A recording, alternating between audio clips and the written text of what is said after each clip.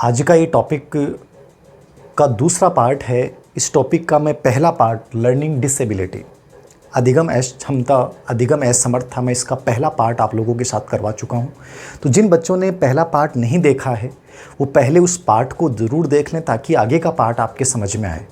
ये बहुत ही महत्वपूर्ण टॉपिक था। मैंने आपको बताया है कि इस टॉपिक में से एक प्रश्न अवश्य आएगा। और दोस्तों, ये आपको बार बार इन चीज़ों को दिमाग में रखना है कि किस टॉपिक में कितना मैटर पढ़ना है, कैसे पढ़ना है और कैसा प्रश्न बनता है। ये चीज़ें आपके माइंड में इमेज बननी चाहिए यदि आपको भीड़ से अलग होना है। तो इस समय दोस्तों बहुत कठिन समय चल रहा है, आप जैसा आप जानते हैं, और कल संभवतः लगभग बहुत सारा मार्केट खुल जाएगा। तो पहली चीज़ तो ये थी, बहुत सारे बच्चों का सवाल कि ऑब्जेक्टिव बुक कब आएगी। तो कल संभवतः प्रेस खुल जाएंगी, तो फ्राइडे तक, शुक्रवार तक मेरी किताब मार्केट में आ जाएगी, आप सब लोगों को मिल जाएगी। ऑनलाइन बुक आर्ट के ऊपर आप खरीद सकते हैं, बुक आर्ट के नाम से सर्च करेंगे, या ऑफलाइन सभी दुकानों पे उपलब्ध रहेगी, आप अपने बुक सेलर से मंगा सकते हैं।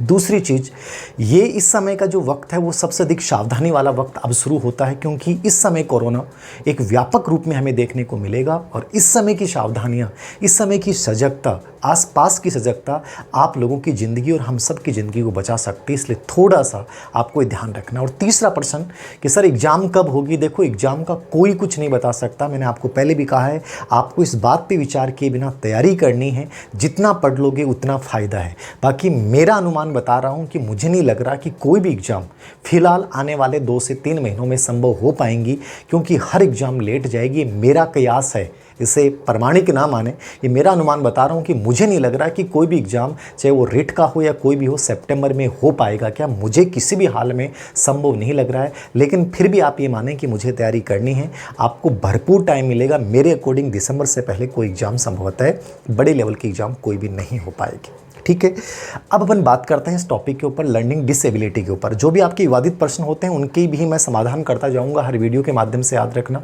कुछ टेस्ट सीरीज में, सोशल स्टडी के टेस्ट सीरीज 60 प्रश्नों के 10 टेस्ट मैं बना रहा हूं एसएसटी वाले बच्चों के लिए। वो मेरे टेलीग्राम लिंक के ऊपर मैं डाल दूंगा। साइकोलॉजी के 10 मॉडल पेपर भी टेलीग्राम पे डाल दूंगा।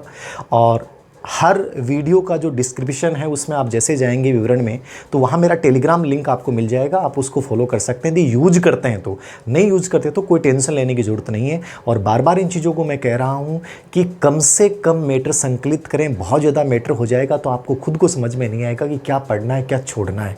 इसलिए 2 या 3 चीज़ें, इनके अलावा ज़्यादा चक्कर में मत रहिए। आप में से अधिकतर लोगों को मैं देखता हूँ ऐसे ऐसे पर्सन ढूंढ के ला रहे हैं, पता नहीं क्या होगा। मेरे तो समझ में नहीं आ रहा है कि आप लोग क्या समझ रहे हैं। आप एग्जाम के पैटर्न को समझ ही नहीं पा रहे हैं अभी तक। ठीक है, अनावश्यक टेस्ट सीरीजों के चक्कर में मत उलझिए, अपने समय की महत्ता समझिए।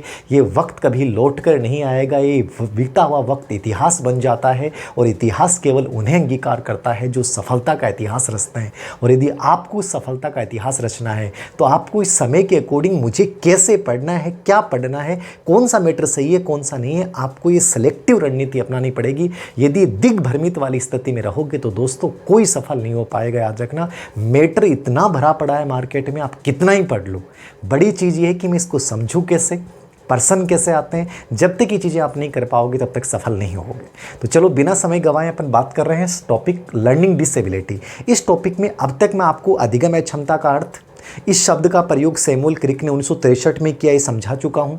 और अधिगम क्षमता की विशेषताएं क्या हैं, इन बच्चों के लक्षण क्या होते हैं, वो कंप्लीट चर्चाएं मैं आप लोगों के साथ कर चुका हूँ। और इसके कारण क्या होते हैं उनकी चर्चाएं मैं कर चुका हूँ। उसके बाद हमने पठन विकृति को पढ़ा, जिसमें डिसलेक्सिया, एलेक्सिया और हाइपरलेक्सिया, इन 3 के बारे में चर्चा की। तीनों को पढ़ने की आवश्यकता नहीं है। स्पेशली आप याद रखना डिसलेक्सिया में, और वो बातें जो मैंने स्पेशली बताई हैं कि इसकी विशेषताएं क्या हैं, पठन विकृति क्या है, इनसे ग्रसित बच्चे की विशेषताएं क्या होती हैं, उनको आप जरूर पढ़ के जाइएगा। बाकी चाहे उस डिसलेक्सिया पे मैं 1 घंटे भी पढ़ा दूँ तो कम है। तो आपको वो चीज़ें सेलेक्ट करनी है कि यहाँ से प्रश्न आता है, बस ये ठीक है। बाकी कितनी भी चर्चाएं की जा सकती हैं। याद रखना, किसी भी टॉपिक को एक छोटे से बिंदु को लेकर मैं 3 घंटे लगातार पढ़ा सकता हूँ, लेकिन उपयोगिता क्या है। तो सबसे बड़ी चीज़ ये है कि मुझे क्या पढ़ना और कैसे पढ़ना है। तो आज हम जो बात कर रहे हैं लर्निंग डिसेबिलिटी के सेकंड प्रकार के ऊपर, जिसको अपन बोलते हैं लेखन विकृति। कौन सी विकृति है ये? लेखन विकृति। देखिए, महत्वपूर्ण है। सबसे पहले माइंड में यही इमेज बनानी है कि सर हम लेखन विकृति को क्यों पढ़ रहे हैं। लेखन विकृति पठन विकृति की अपेक्षा कम महत्वपूर्ण है, लेकिन प्रश्न तो इसमें भी आए तो पढ़ के जाना है। इसके 4 प्रकार स्पेशली आते हैं: डिस्ग्राफिया, एग्रेफिया या अग्रेफियाई की बात है, भाषा का चक्कर है, डिस्प्रेक्शिया और अप्रेक्शिया, और एक नया शब्द आजकल आ रहा है आसिम्बोलिया। मैं सब समझा रहा हूं, लेकिन महत्वपूर्ण क्या है, एक शब्द ऐसा है, दो शब्द इसमें ऐसे हैं, एक तो डिस्ग्राफिया और एक डिस्प्रेक्शिया। आप केवल ये दो भी पढ़ के चले जाओगे, इनसे बाहर प्रश्न नहीं आएंगे। लेकिन चूंकि कई बच्चों को लगता है कि सर ने कम लिखाया, कम दिया, इसलिए वो टीचर कमज़ोर हो जाता है, इसलिए मैं हर चीज़ करवाने की कोशिश करता हूँ। बाकी एक अच्छा बच्चा वो देखता है कि महत्वपूर्ण क्या आ रहा है, ये चीज़ें आ रही हैं कि नहीं आ रही हैं, वो चीज़ें आपको सेलेक्ट करनी है। बाकी मैं पढ़ाऊँगा पूरा, तो कभी भी मैटर कितना है वो महत्वपूर्ण नहीं है, सबसे महत्वपूर्ण बात है कि उनमें से प्रश्न कैसे आ रहा है। तो सबसे पहले अपन चर्चा कर रहे हैं डिस्ग्राफिया, लेखन विकृति। अभी तक जितने भी प्रश्न डिस्ग्राफिया पे पूछे गए, पिछले 10 सालों में जितने भी प्रश्न डिस्ग्राफिया पे आए, केवल एक ही टाइप का प्रश्न पूछा गया है कि डिस्ग्राफिया क्या है, एक लेखन विकृति है। इसके अलावा कोई प्रश्न नहीं पूछा गया। यानी शॉर्ट में आपको याद रखना है डिस्ग्राफिया कौन सी विकृति है, लेखन विकृति। फिर भी मैं आपको समझा रहा हूं डिस्ग्राफिया में क्या है, लेखन विकृति का मतलब क्या है। देखिए, लेखन विकृति का मतलब ये है, एक तो बच्चा जिसमें डिस्ग्राफिया होता है वो झुककर लिखता है। कैसे लिखता है, झुककर लिखेगा। दूसरा, झुककर लिखना, ठीक है। अब ये पूछेगा नहीं आपसे, एक बात कर रहे हैं अपन, झुक के लिखना। वो कोई भी चीज़ को पकड़ेगा तो सही ढंग से नहीं पकड़ पाएगा, अजीब तरीके से पकड़ रहा है, पेन को यहाँ से नज़दीक से पकड़ रहा है, यहाँ से पकड़ रहा है, अजीब तरीके से पकड़ रहा है, तो वो कोई भी चीज़ को ढंग से पेन पेंसिल को पकड़ नहीं पाता है। यानी उसकी पकड़ने की जो शक्ति होती है वो क्या होती है, कमज़ोर होती है। तीसरा, वो कोई भी शब्द लिख रहा है, जैसे लिखा कमल लिखना था, लेकिन उसने क्या लिखा, कल लिख दिया, यानी मैं जो शब्द है इसको उसने हटा दिया, ठीक है। तो ऐसे कोई भी शब्द बोलेगा वो, ठीक है, तो 4 शब्दों का लिख रहा है, भारत लिख रहा है तो भात लिख दिया, रे कट गया, ठीक है ना। मतलब कोई भी एक ऐसा शब्द है जो उसको छोड़ देगा, ठीक है। या एक शब्द बहुत बड़ा लिख देगा, एक एकदम छोटा लिख देगा, ठीक है। अनियमित लिख देगा, बहुत छोटा बहुत बड़ा, अनियमित, उल्टा लिख रहा है, गलत लिख रहा है, अधूरा लिख रहा है, ठीक है, झुककर लिख रहा है, पेन पकड़ना ढंग से नहीं आ रहा है। तो एक प्रकार से आपको समझना क्या है, सिंपल वे में। अब ये बिंदु रटने नहीं, आप लगने लग जाओ साहब झुककर नहीं लिखना, रटना नहीं है। माइंड में आप इमेज बनाओ कि डिस्ग्राफिया एक लेखन विकृति है, और डिस्ग्राफिया में क्या होता है, लिखने संबंधी सभी दोष होते हैं। लिखने संबंधी सभी दोष किसमें, डिस्ग्राफिया में। अब आपको रटने नहीं है, अधूरा वक्त लिखेगा, अपूर्ण शब्द लिखेगा, अनियमित लिखेगा, छोटा लिखेगा, बड़ा लिखेगा, लाइन में नहीं लिख पाएगा, झुक के लिखेगा, ठीक है, पकड़ने में गलतियां हैं। और इस एक और भी इनमें विकृति होती है कि ये जो बच्चे लिखते हैं उस समय बोल बोल के लिखते हैं, ठीक है ना। लिखते समय बच्चे बोलते हैं, क्या करते हैं, लिखते समय ये बच्चे बोलते हैं, इसलिए बगल वाला जो होता है इनसे परेशान हो जाता है। तो ये डिस्ग्राफिया, समझ में आ गया डिस्ग्राफिया क्या, बहुत सिंपल वे में। केवल आपको इतना याद रखना है, लेखन विकृति है, लेखन के जितने भी दोष होते हैं वो सब किस में आ गए, डिस्ग्राफिया में। क्लियर है, पहला बिंदु। अब ये इंपॉर्टेंट है, आपको याद रख के जाना है कि डिस्ग्राफिया क्या है। इसमें जो भी मैंने बताया है अभी तक प्रश्न केवल लेखन विकृति, विशेषताएं पूछेगा तो झुककर लिखना, पकड़ने में दोष, लिखते हुए बोलना, अधूरा लिखना, अनकम्प्लीट लिखना, छोटा लिखना, गलत लिखना, ये सब दोष किस में आते हैं, डिस्ग्राफिया में। अब अपन बात करेंगे डिस्ग्राफिया के बाद 2 नंबर पे, ये डिस्ग्राफिया हो गया। अब 2 नंबर पे अपन बात करेंगे एग्रेफिया। अग्रेफिया या अग्रेफिया की बात है, कंफ्यूज मत होना। अग्रेफिया अग्रेफिया क्या है, अभी तक किसी भी एग्जाम में कोई प्रश्न नहीं आया, फिर भी आप समझना चाहें अग्रेफिया क्या है। अग्रेफिया क्या है, तो अग्रेफिया का मतलब है जब आंखों की गति और हाथों की गति, मेरी आंख और हाथ इन दोनों की गति में जब मैं समन्वय स्थापित नहीं कर पाता हूं, क्या नहीं कर पाता हूं, समन्वय स्थापित नहीं कर पाता हूं। जब आंख और हाथ की गति में समन्वय स्थापित नहीं होगा तो आपका क्या उत्पन्न हो जाएगा, लेखन दोष। क्या उत्पन्न हो जाएगा दोस्तों, लेखन दोष हो जाएगा। तो आंखों और हाथों की गति में समन्वय स्थापित नहीं कर पाना। दूसरी इनकी जो मेन विशेषता होती है वो होती है, जैसे क लिख रहा है तो ख इसके ऊपर ही लिख देगा, ठीक है, या एक लाइन के ऊपर दूसरी लाइन लिख रहा है, यानी कि एक अक्षर के ऊपर दूसरा अक्षर लिख देना, शब्द के ऊपर दूसरा शब्द लिख देना, एक लाइन के ऊपर दूसरी लाइन लिख देना, ये कौन सा दोष होता है, अग्रेफिया। समझ में आ गया। आंखों और हाथों की गति में समन्वय स्थापित नहीं हो पाना, एक शब्द के ऊपर दूसरा शब्द लिखना, एक लाइन के ऊपर दूसरी लाइन लिखना, ये कौन सा दोष हो गया, अपना अग्रेफिया हो गया। ठीक है, समझ में आ गया।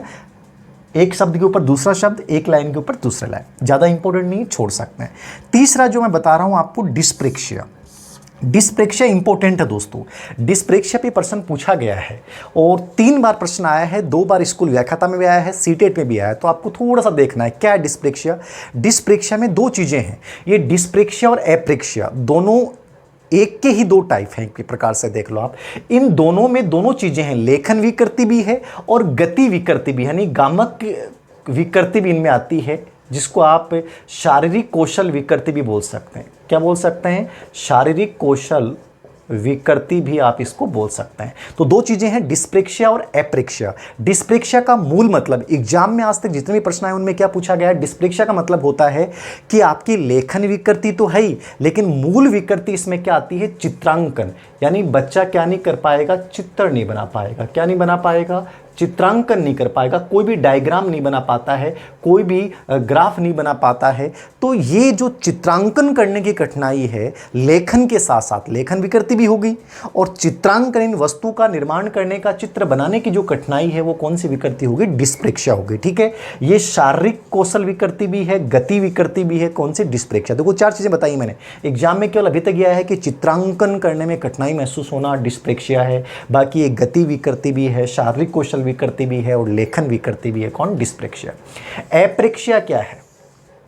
एप्रेक्शिया में आपको ये समझना है, एक तो समन्वय यहां भी स्थापित नहीं हो पाएगा और अग्रेफिया में भी नहीं हो पाता है। ठीक है, अग्रेफिया में एक चीज और याद रखना आप थोड़ा सा मेरे से, हाँ, अग्रेफिया में ये भी याद रखना आप, अग्रेफिया का मतलब ये भी होता है कि इसमें बच्चा जो है वो दूसरी भाषाओं के प्रति, ठीक है ना, आपके सामने कोई भी दूसरी भाषा हम दे देते हैं तो दूसरी भाषा में लिखने में कठिनाई यहां पैदा होती है। अग्रेफिया जिनको रोग होगा तो दूसरी भाषाओं में अच्छा नहीं लिख पाते हैं, ये भी अग्रेफिया की विकृति है। किसकी विकृति है? दूसरी भाषा में अच्छा नहीं लिख पाना और एक अक्षर के ऊपर दूसरा अक्षर लिखना और समन्वय स्थापित नहीं कर पाना। और यहां एप्रेक्शिया में भी यही चीज है, यहां समन्वय स्थापित नहीं हो पाता है। क्या नहीं हो पाता है? समन्वय स्थापित नहीं कर पाना, और बच्चे के लेखन में विकृति है, चलने में विकृति है, टहलने में विकृति है। ठीक है, तो यहां समन्वय स्थापित करने में विकृति, गति कौशल विकृति, लेखन में विकृति, चलने में विकृति और टहलने में, यानी बच्चा ढंग से नहीं टहल पाता है, ढंग से नहीं चल पाता है, ढंग से नहीं लिख पाता है, समन्वय स्थापित नहीं कर पाता है। ये सब आपकी कौन सी विकृति है? एप्रेक्शिया। तो ये 4 मुख्य विकृतियां थी। पहली डिस्ग्राफिया मोस्ट इंपॉर्टेंट है, दूसरी एग्रेफिया जहां समन्वय प्लस एक अक्षर के ऊपर दूसरा अक्षर लिखना, दूसरी भाषाओं में नहीं लिख पाना। डिस्प्रेक्शिया का मतलब क्या हो गया? समझ में आ गया? डिस्प्रेक्शिया मतलब चित्रांकन करने में कठिनाई होना और शारीरिक कौशल विकृति भी है, तंत्रिका तंत्र संबंधी विकार है हमारे ही। और एप्रेक्शिया, इसमें भी ये तंत्रिका तंत्र संबंधी विकार है, इसमें भी लेखन, चलना, टहलना और समन्वय स्थापित नहीं कर पाना। अभी एक नया शब्द आया है आसिम्बोलिया। आसिम्बोलिया के बारे में कोई ज़्यादा विशेष जानकारी नहीं मिली है, आप इतना याद रखना आसिम्बोलिया का मतलब क्या होता है कि आसिम्बोलिया एक प्रकार की लेखन विकृति। आसिम्बोलिया क्या है? एक लेखन विकृति है। बस इतना सा आप देख के चले जाएगा, बहुत है। तो ये लेखन विकृति अपनी पूरी हो गई। समझ में आ गया? डिस्ग्राफिया, अग्रेफिया, डिस्प्रेक्शिया, एप्रेक्शिया और आसिम्बोलिया, इनको देख लीजिएगा। शॉर्ट एंड स्वीट जिन बच्चों को पढ़ना है, मैंने कहा कि डिस्ग्राफिया देखना, डिस्प्रेक्शिया देखना, बाकी को आप इग्नोर कर सकते हैं। आपके ऊपर डिपेंड करता है कि आप कितना कवर करते हैं। ठीक है,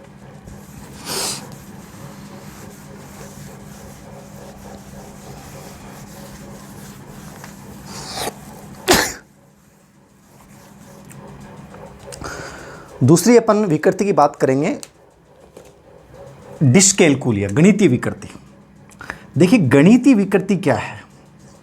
गणितीय विकृति में क्या आएगा? गणितीय विकृति में स्पेशली आप जानते हैं डिस्कैल्कुलिया, सुना है आप सभी ने, डिस्कैल्कुलिया सभी जानते हैं। आज तक एग्जाम में जो भी प्रश्न आए हैं गणितीय विकृति पर, वो याद रखना, स्पेशली केवल यही पूछा गया है कि गणितीय विकृति, गणना विकृति किसे कहा जाता है? डिस्कैल्कुलिया। इसके अलावा कोई भी प्रश्न नहीं पूछा गया है। ठीक है, अब जिनको शॉर्ट एंड स्वीट पढ़ना है वो क्या याद रखेंगे? डिस्कैल्कुलिया क्या है? एक गणितीय विकृति है। ठीक है, अब इसको एक नया नाम भी है इसका, न्यूमलेक्शिया भी इसको बोलते हैं। क्या बोलते हैं? न्यूमलेक्शिया। नहीं पूछेगा, फिर भी एक नॉलेज के लिए। न्यूमलेक्शिया किसे कहा जाता है? डिस्कैल्कुलिया को न्यूमलेक्शिया कहा जाता है। डिस्कैल्कुलिया क्या है? एक व्यापक गणितीय विकृति। सिंपल से आपको माइंड में इमेज बनानी है कि डिस्कैल्कुलिया क्या है? गणितीय विकृति है। अब गणितीय विकृति में क्या क्या आएगा? अब इनको रटना मत, आप, मैं बता रहा हूं, बाकी रटना मत। बच्चा नाम नहीं पहचान पाता है, बच्चा चेहरा नहीं पहचान पाता है कि यार धीर सर ही है क्या, ये नाम धीर सर का ही है क्या। ठीक है, बच्चा गणना नहीं कर पाता है, प्लस माइनस गुणा भाग कोई भी कैलकुलेशन नहीं कर पाएगा। बच्चा गणित के संकेतों को नहीं पहचान पाएगा कि ये प्लस का निशान है कि माइनस का निशान है, ये पाई का मान है क्या, मतलब कोई भी गणित के संकेतों को, चिन्हों को नहीं पहचान पाता है, गणना नहीं कर पाता है। ठीक है, बच्चा, ऐसे बच्चे होते हैं उनको दिशा संबंधी ज्ञान का पता नहीं होता है। उनको कहोगे बेटा अपनी मासी जी का घर जो है वो जयपुर में और गोपालपुरा बाईपास पे, जैसे आप उत्तर दिशा में चलोगे, उत्तर के बाद दक्षिण में चलोगे, वहाँ पहली गली में है, तो बच्चा उलझ जाएगा यार उत्तर दक्षिण कौन सी है। तो दिशा संबंधी ज्ञान इनका क्या होता है, कमजोर होता है, याद रखना। ठीक है, ये चेक बुक का इस्तेमाल नहीं कर पाएंगे, तो दिशा ज्ञान इनका कमजोर, ठीक है, नहीं होता है। चेक बुक का इस्तेमाल नहीं कर पाएंगे, आप कह दो कि साहब चेक बना के दे दो, चेक पे साइन कैसे होते हैं, मतलब ही नहीं है।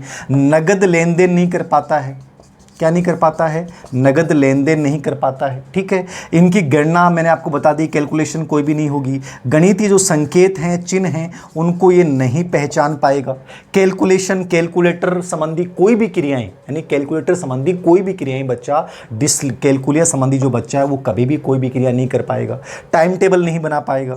आप कह दो कि साहब टाइम टेबल बनाइए, जिस टीचर में ये विकृति है वो टाइम टेबल बनाने में बड़ी कठिनाइयाँ महसूस करता है, तो इसका मतलब उसको कौन सा है, डिसकैलकुलिया। समझ में आ गया, सिंपल वे में समझना है। बैंकिंग, नगद, डिजिटल लेन देन संबंधी गणितीय क्रियाएं नहीं कर पाना, गणना नहीं कर पाना, गणितीय जितनी भी कार्य क्रियाएं होती हैं, ऑपरेशनल होते हैं, कोई भी कार्य नहीं कर पाता है। दिशा संबंधी ज्ञान कमजोर होता है, चेक बुक का इस्तेमाल नहीं कर सकता, नगद लेन देन नहीं कर सकता, ये सब टाइम टेबल नहीं बना सकता, ये सब कौन सा, डिसकैलकुलिया। अब ये इतनी विशेषताएं होगी। ठीक है, हमें इस डिसकैलकुलिया को दूर करने के लिए छोटे बच्चों में यदि है तो हमें जो अबेकस गेम्स वगैरह हैं, ठीक है, कंप्यूटर गेम्स वगैरह हैं, पजल गेम्स वगैरह हैं, ये इनको हल करवाने की कोशिश करनी चाहिए। इनसे डिसकैलकुलिया कुछ हद तक कम हो सकता है। कोई भी विकृति कंप्लीटली समाप्त नहीं होती, इसलिए इनको स्थायी विकृति माना जाता है, लेकिन इनको बार बार अभ्यास करा के, जैसे लेखन विकृति वालों को बार बार अपन लेखन अभ्यास करवाएंगे तो वो कमजोर हो जाएंगे, कम हो जाएंगे, खत्म कभी नहीं होंगे, याद रखना।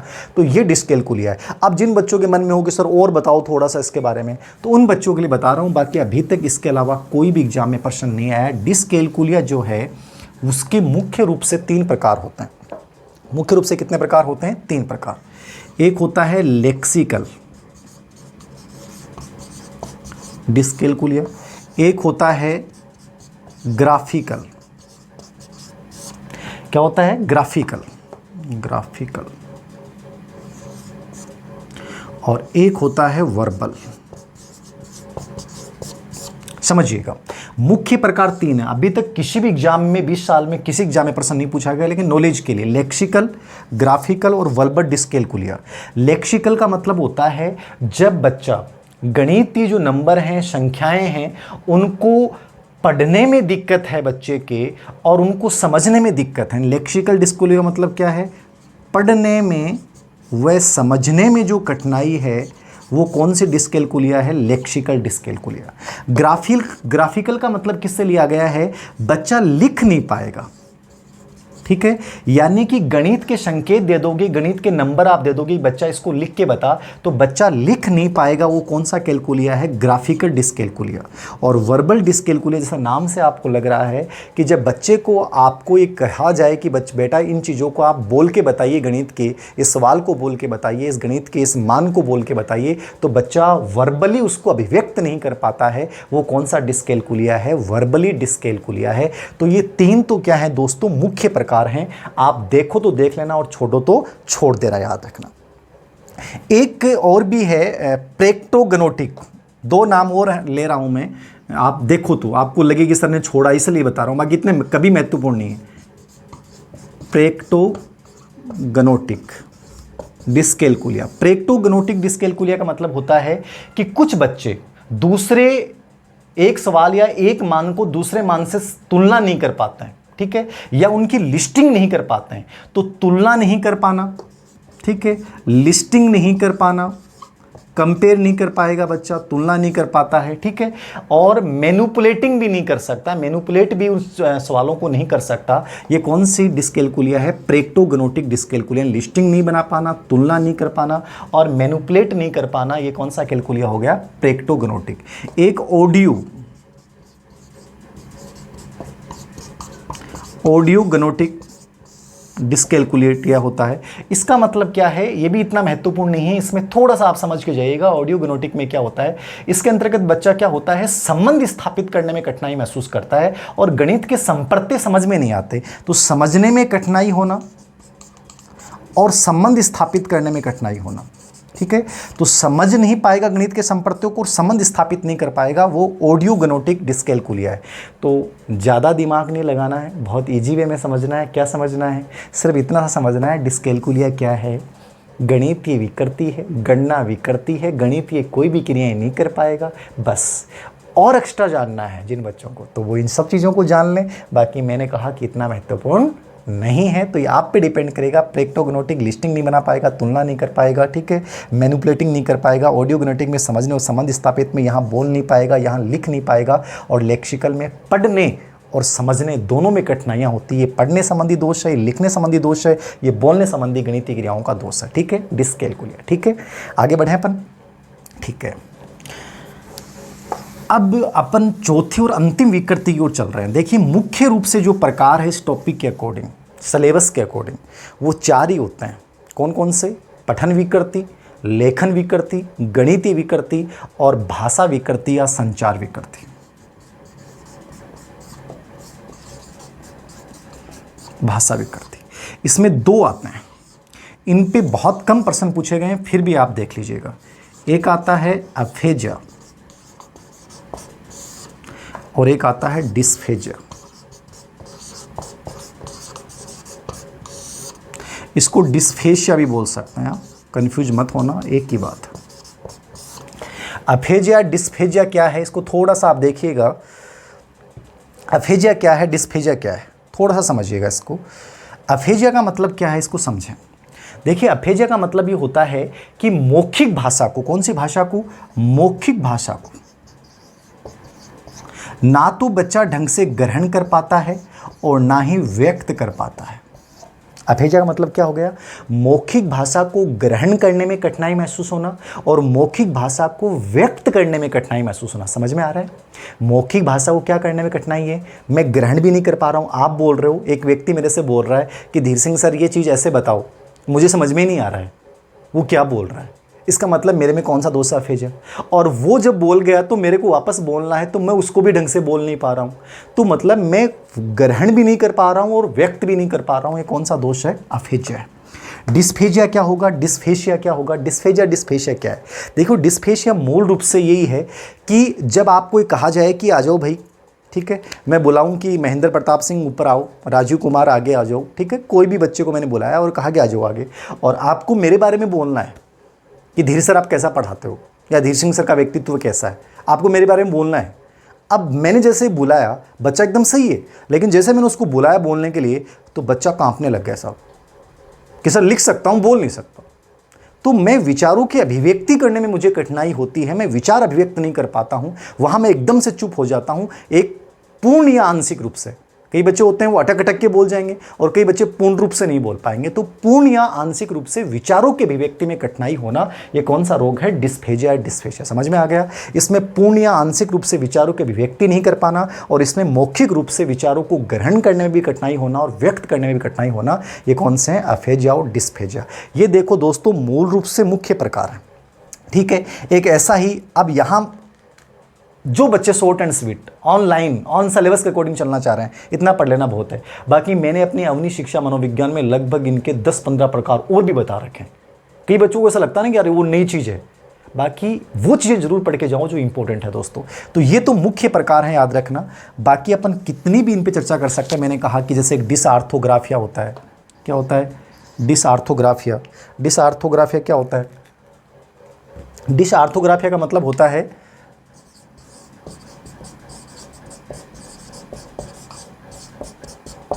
डिसआर्थोग्राफिया का मतलब होता है वर्तनी संबंधी विकार। कौन सा विकार, वर्तनी संबंधी विकार। तो इसमें वर्तनी संबंधी विकार है, इसको डिसआर्थोग्राफिया कहा गया है। इतना महत्वपूर्ण नहीं है, मुझे लगता है कि नहीं है प्रश्न आएगा।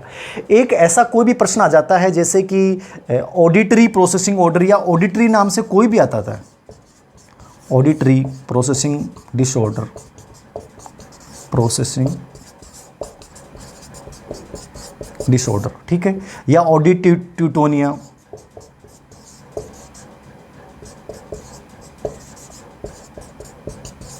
मतलब ऑडिट शब्द जहाँ आ जाता है वहाँ आप याद रखना वो विकार कौन सा होता है, श्रवण संबंधी विकार यानी सुनने संबंधी विकार होता है। क्या होता है? सुनने संबंधी विकार। तो ऑडिटरी प्रोसेसिंग डिसऑर्डर हो या ऑडिट ट्यूटोटोरिया हो या ऑडिट ट्यूनोटोनिया हो, ऐसा कोई भी शब्द आता है ये इंपॉर्टेंट नहीं है, एक्स्ट्रा में है, याद रखना। फिर भी थोड़ा सा देखो तो देख लेना। डिसआर्थोग्राफिया, ऑडिटरी प्रोसेसिंग डिसऑर्डर, सुनने संबंधी विकार होता है, वर्तनी संबंधी विकार होता है।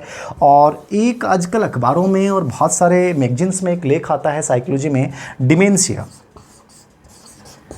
कौन सा रोग है ये? डिमेंशिया। डिमेंशिया किसको बोलते हैं अपन?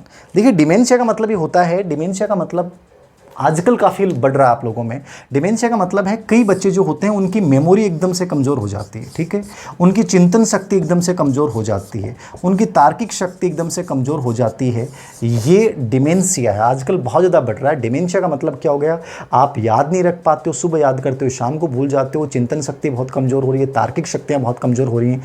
ये क्या है? डिमेंशिया आजकल बहुत बढ़ रहा है। बाकी मेमोरी के बहुत सारे रोग हैं, ठीक है ना, डिसमेमोग्राफिया है, ठीक है, तनाव संबंधी, एक ऑटिज्म आता है, एक एडीएचडी आता है। वो ऑटिज्म पे पिछली रीट में 2018 में 3 प्रश्न आए थे दोनों लेवल में। तो ऑटिज्म और एडीएचडी बहुत लोकप्रिय रोग हैं, मतलब प्रचलित रोग हैं। लोकप्रिय का मतलब है बहुत ज़्यादा लोगों में आजकल पाए जाते हैं, चर्चित हैं वो विकार, लेकिन वो यहाँ नहीं आते, वो लर्निंग डिसेबिलिटी में नहीं आते हैं, वो स्पेशली आते हैं भावात्मक विकासात्मक विकार जो अपन मानसिक स्वास्थ्य पढ़ते हैं उस टॉपिक में आते हैं।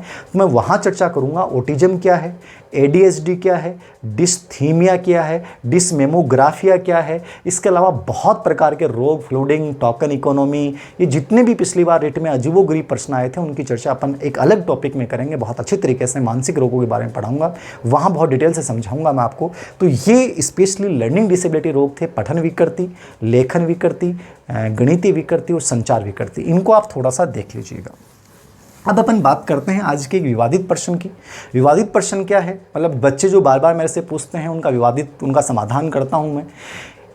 3-4 दिन से एक प्रश्न बार बार आ रहा है कि सर ये खोजपूर्ण अधिगम या डिस्कवरी लर्निंग, ठीक है, खोजपूर्ण अधिगम या डिस्कवरी लर्निंग, ठीक है, डिस्कवरी लर्निंग ये किस की अवधारणा है?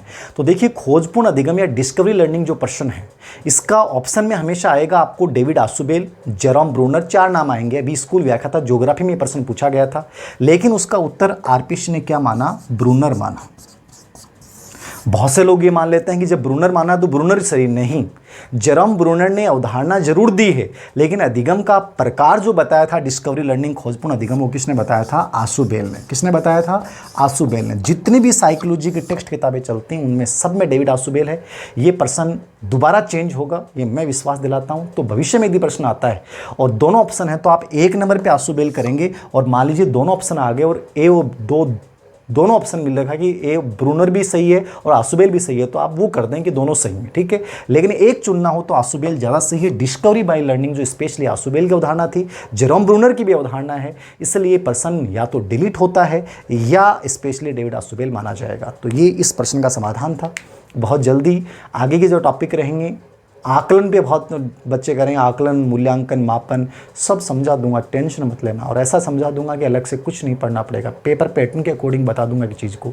जो साइकोलॉजी का कंप्लीट कोर्स करना चाहते हैं उनके लिए जल्दी ही मैं कोशिश करूंगा कि पूरा कोर्स किसी भी ऐप पे, वो कोई भी हो सकती है, मिशन ऐप पे मेरी बात चल रही है तो किसी पे भी मैं एक फाइनल करने के बाद, ठीक है, सुभाष जी के साथ, किसी के साथ पे मैं पूरा कोर्स डालूंगा जल्दी ही, और वहाँ आप पूरा देख सकते हैं। और यहाँ मेरी कोशिश रहेगी लगभग हर छोटे टॉपिक को जितने भी समझाने की मैं कोशिश करूँगा।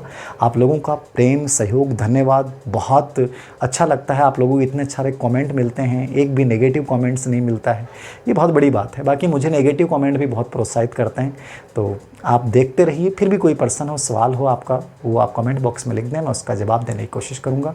बहुत बहुत धन्यवाद।